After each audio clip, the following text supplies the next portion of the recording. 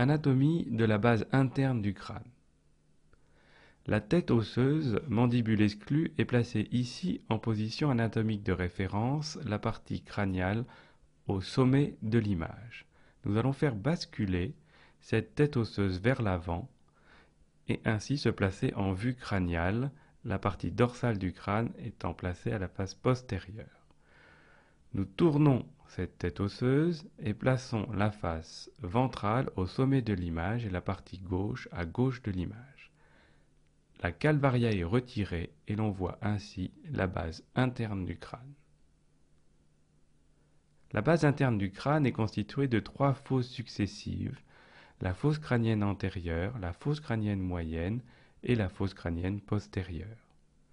La fosse crânienne antérieure est constituée essentiellement par l'os frontal, représenté ici en violet, et plus spécialement par les toits des cavités orbitaires. Au centre se situe l'ethmoïde, représenté ici en gris, avec la cristagalie et les lames criblées droite et gauche de part et d'autre. L'os sphénoïde participe aussi à cette fosse crânienne antérieure, avec les petites ailes du sphénoïde, représentées ici en vert.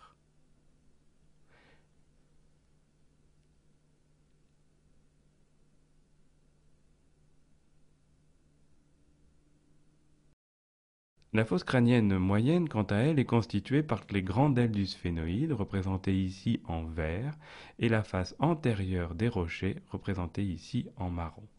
Ces deux structures, dans le même plan, vont constituer la fosse crânienne moyenne.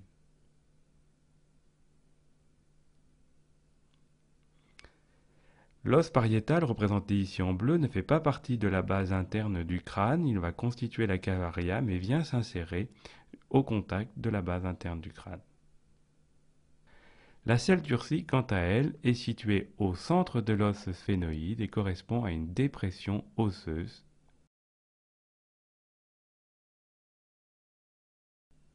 La fosse crânienne postérieure est constituée essentiellement par l'os occipital, représenté ici en jaune, avec en avant la lame basilaire et en arrière l'écaille occipitale.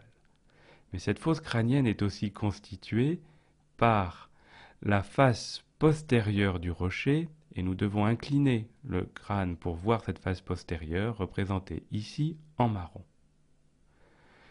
Sur une vue d'ensemble, nous allons revoir successivement les 3 fosses.